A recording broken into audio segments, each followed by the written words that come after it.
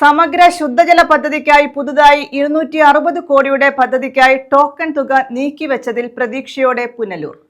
4.5 പതിറ്റാണ്ട് പഴക്കമുള്ള ശുദ്ധജല പദ്ധതിയാണ് നിലവിൽ പുനലൂർ ആശ്രയിക്കുന്നത്. പദ്ധതി യാഥാർത്ഥ്യമായാൽ 35 വാർഡുകളിലും 365 ദിവസവും ശുദ്ധജലം ലഭിക്കുമെന്ന പ്രതീക്ഷയിലാണ് ജനം. ജില്ലയിലെ ശുദ്ധജല പദ്ധതിക്ക് ആവശ്യമായ ശുദ്ധജലം നൽകുന്ന കല്ലടയാർ കടന്നുപോകുന്നത് പുനലൂരിലൂടെയാണ്. ഓരോ ബജറ്റിലും തുക അനുവദിച്ചാലും തുടർ നടപടികൾ ഉറപ്പാക്കാൻ ജനപ്രതിനിധികളും നഗരസഭയും ശ്രദ്ധിച്ചിട്ടില്ലെന്നാണ് ആക്ഷേപം. പദ്ധതി നടപ്പാക്കുന്നതിനുള്ള ഭൂമിശാസ്ത്രപരമായ അനുകൂല ഘടകങ്ങളുള്ള പ്രദേശമാണ് പുനലൂർ. വർഷങ്ങളുടെ പഴക്കമുള്ള ശുദ്ധജല പദ്ധതിയുടെ ടാങ്കും ശുദ്ധീകരണശാലയും സ്ഥിതി ചെയ്യുന്നത് പുനലൂർ പട്ടണത്തിലാണ്. 5 വർഷം പുനലൂർ മന്ത്രിമണ്ഡലമായിരുന്നു. 3 പതിറ്റാണ്ടായി LDF MLA ഉണ്ടായിരുന്നു. നഗരസഭാ ഭരണം കാലങ്ങളായി LDFന്റെ കൈകളിലാണ്.